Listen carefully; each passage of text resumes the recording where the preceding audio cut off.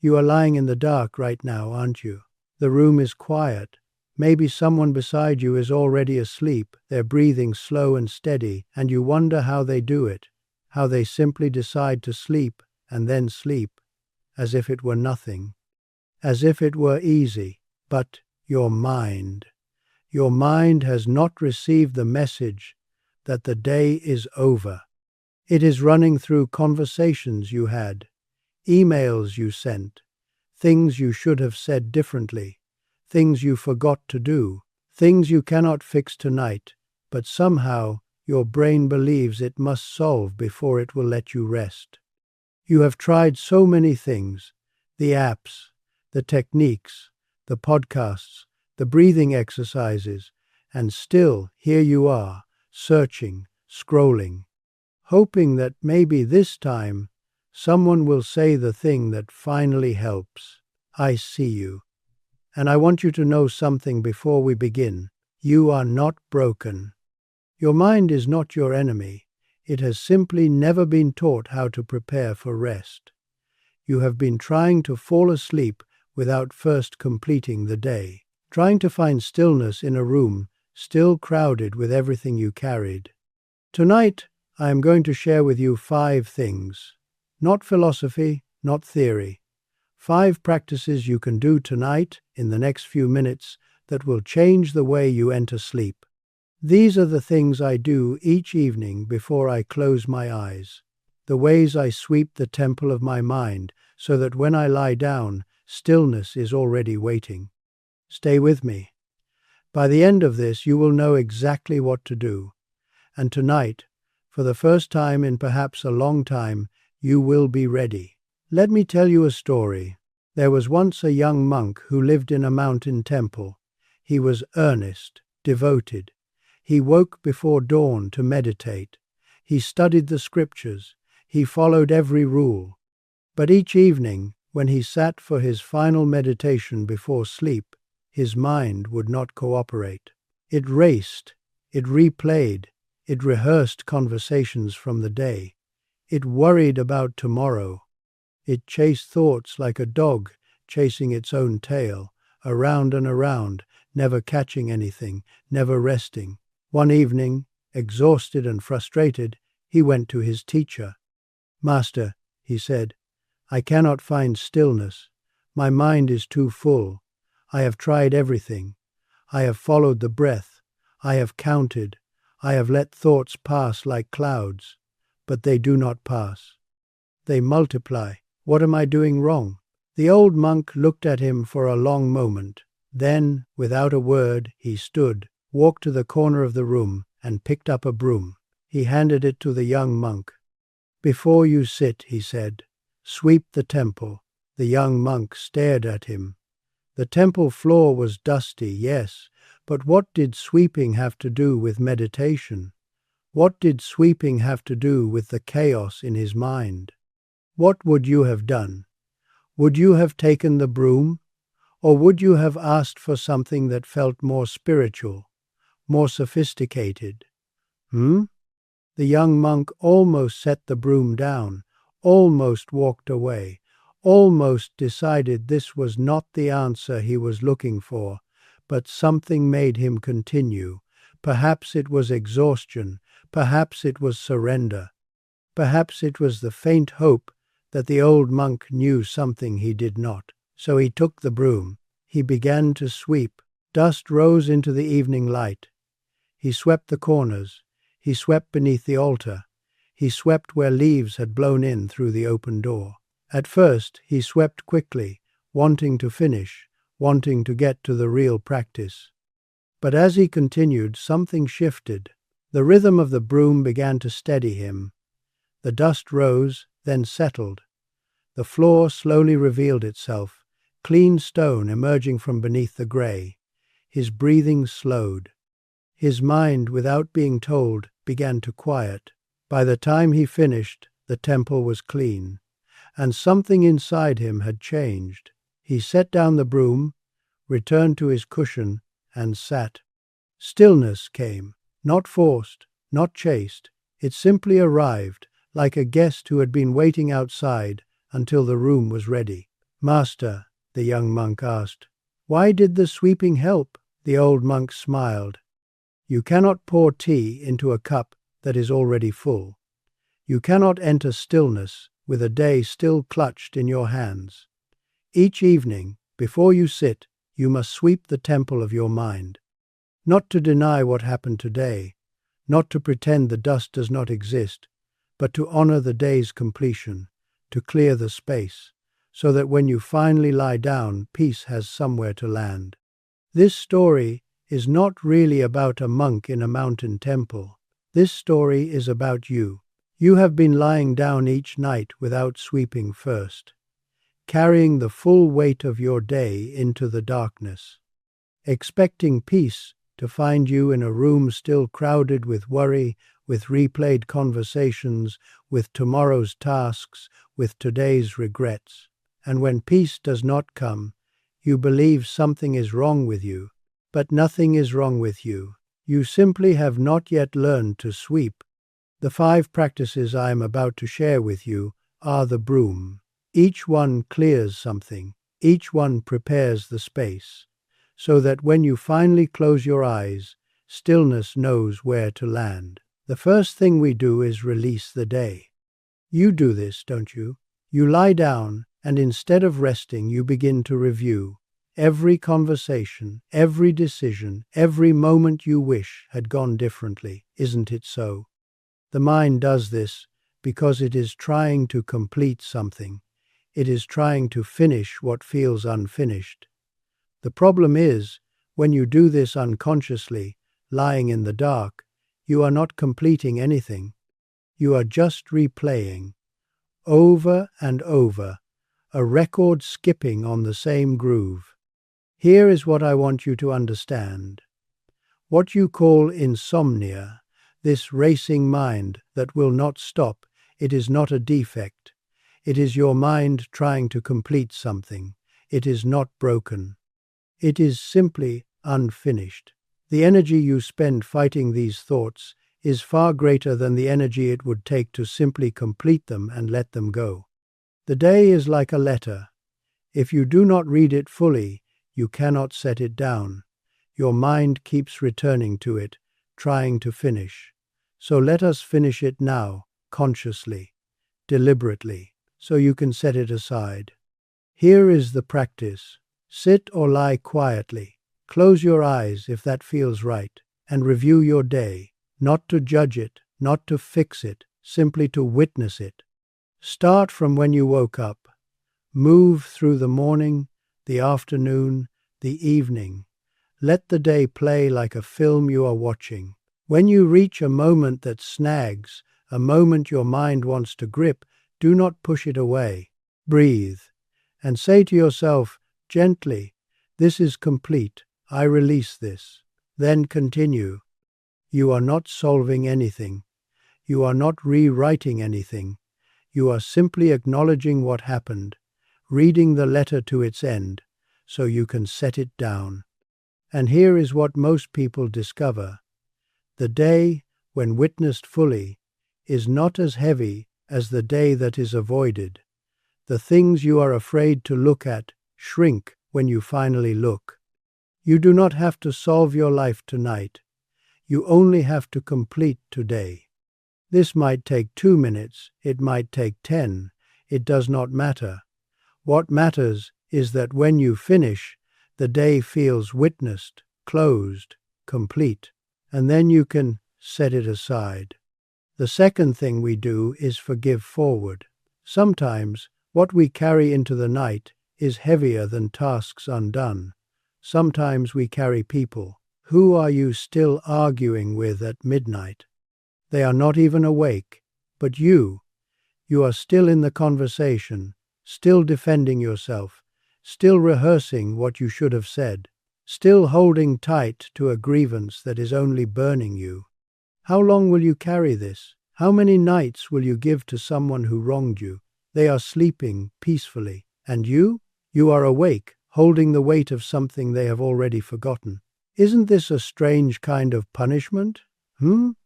Holding resentment before sleep is like clutching hot coals and expecting to rest. So here is the second practice. Briefly scan your day, your week, your mind.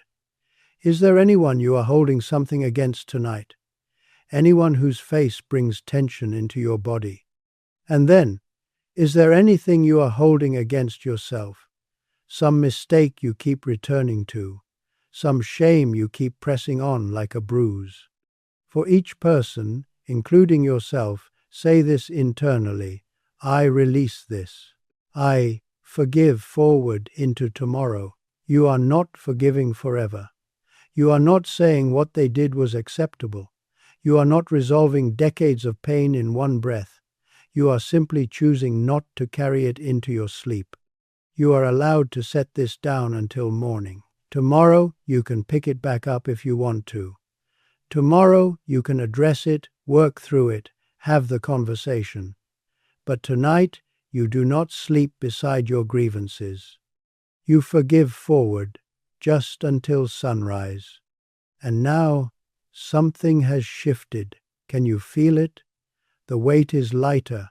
The cup is no longer full. We have swept away. The dust has risen and settled. There is space now for something else to enter. Something gentler. The third thing we do is land in gratitude. We have been clearing. Now we invite in. When was the last time you noticed what went right? Not fixed what went wrong. Noticed what was already good. You've forgotten how to do this, haven't you? The mind is a strange thing. It clings to problems like they are precious. It ignores blessings like they are ordinary. And so we lie awake cataloging everything that is broken, everything that needs attention, everything that could go wrong. What if tonight, instead of rehearsing problems, you rehearsed blessings? Gratitude is not positive thinking. It is positive noticing. The good was already there. You are simply choosing to see it before you close your eyes. Here is the practice. Find 3 things from today.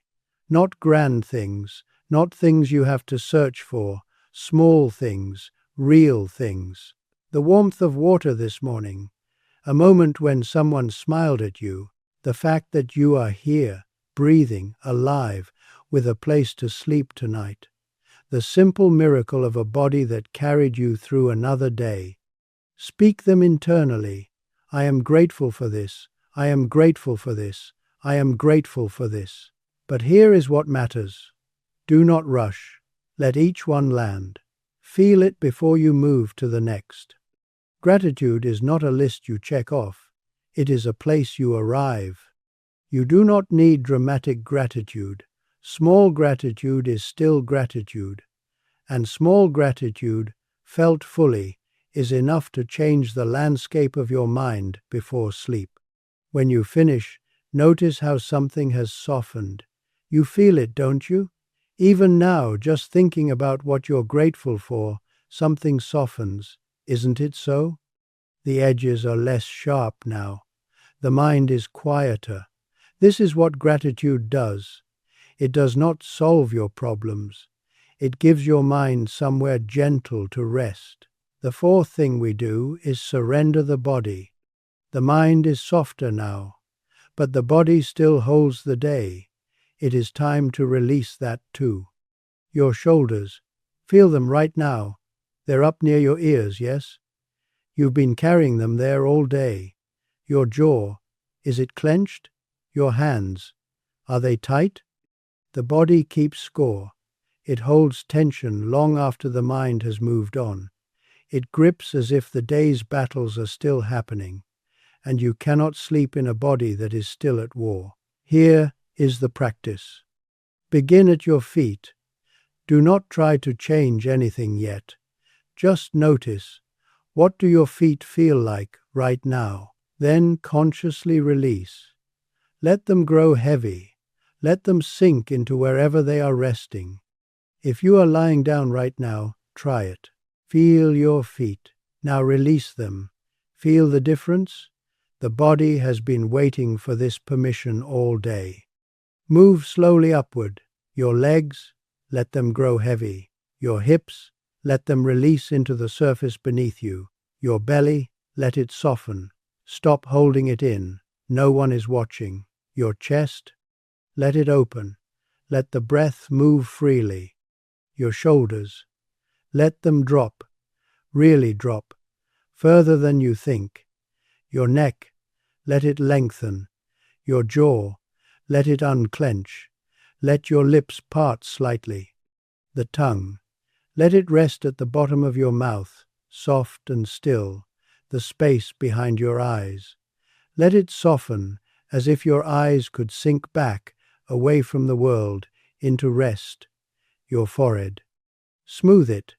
Let every line of concentration dissolve.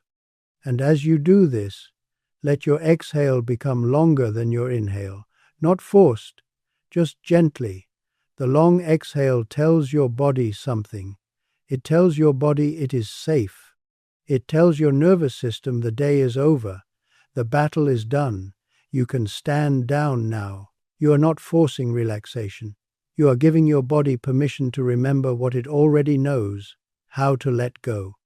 And the tension releases from your feet, and it releases from your legs, and it releases from your belly, rising up through you like warmth until the whole body remembers what it has forgotten, how to rest. Does this make sense? The body does not need to be forced into relaxation. It needs to be invited. It needs to be told that it is finally safe to let go. The fifth thing we do is choose the final thought. This is the most important of all. What was your last thought before sleep last night? Do you even remember? You know what it probably was? Worry. It's almost always worry. Here is something the ancient traditions understood. The subconscious mind is most receptive in the moments before sleep. What you feed it then, it takes into the darkness with it. What you think about as you drift off becomes the seed planted in the soil of your unconscious. For years you have been planting seeds of worry, seeds of fear, seeds of unfinished business. You know this is true, don't you? You can feel how the last thought lingers, how it colors your dreams, how it shapes the way you wake. And then you wonder why you rise feeling heavy, why your dreams are troubled, why rest does not restore you. What you think about in the final moments before sleep is like a seed planted in dark soil. It grows while you are gone. Tonight, you plant something different. Here is the practice. Choose your final thought consciously. It could be an intention for tomorrow. It could be a quality you wish to embody. It could be a simple phrase of peace. I am safe. Tomorrow, I begin again. I am enough. All is well. Choose one, just one, and as you drift towards sleep, repeat it softly in your mind, not with force, not with effort, just a gentle repetition, a seed you are planting.